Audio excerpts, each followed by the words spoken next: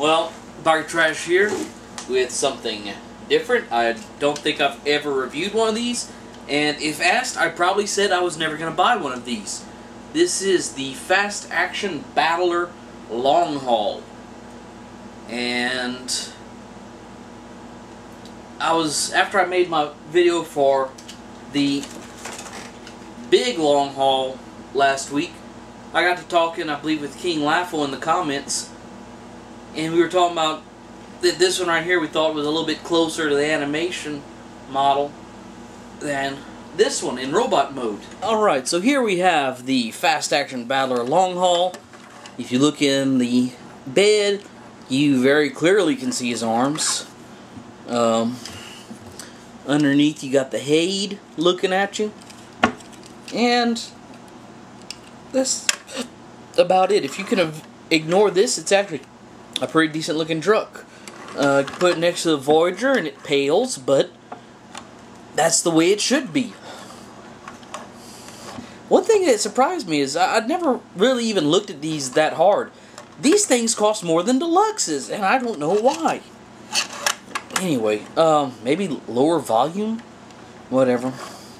The only thing that really bothers me about this is that, you know, you have the green wheel in the rear and the black in the front, but it's a separate piece in the rear, so there's actually very little paint on this. You've got the red turn signals, the headlights, the grille, a little bit on the window, and a spray right here, and of course the Decepticon. And that is the well, there I lie. There's some paint in the face right here, but that's, you know, that's about it.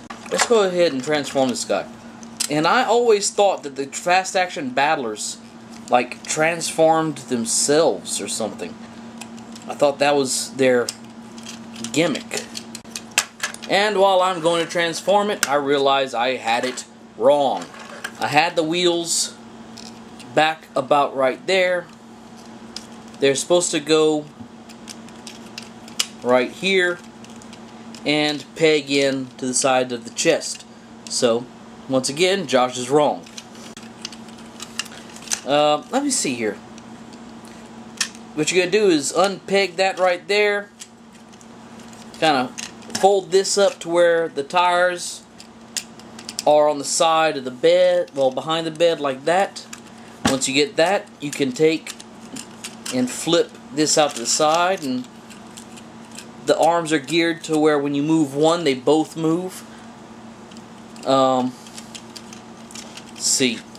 The tires right here, rather than staying facing forward like they do in the Voyager, they stand up on the shoulders. Comme ça. Then, to transform the front, you're pretty much just going to straighten this out right here, rotate that to the front, and flip this up into a backpack. Well, butt pack. Next thing you gotta do is just rotate this out to the side to let his little arms show. His right arm right here has no elbow. This one has one that can come all the way up to right here, but it's a weird design where it's really just the arm is breaking and hanging on by a tendon. Great. But really, I'm not even sure what this is aimed at, because like I said, it's a simpler transformation, but it costs like $2 more than a Deluxe. Still looks pretty decent though. It's simple without being stupid, if that makes sense. He does have a gimmick right here. This little stub, you notice this one right here is nice and flush. This one's got a stub sticking out of it. He's got Devastation Blast powers, which is Devastation Punchers. Something along those lines. And that came unclipped back here. So you can give him the punchy punch action right there. Let's see if I can get from the side. Yeah. So he's like, you cost more than me!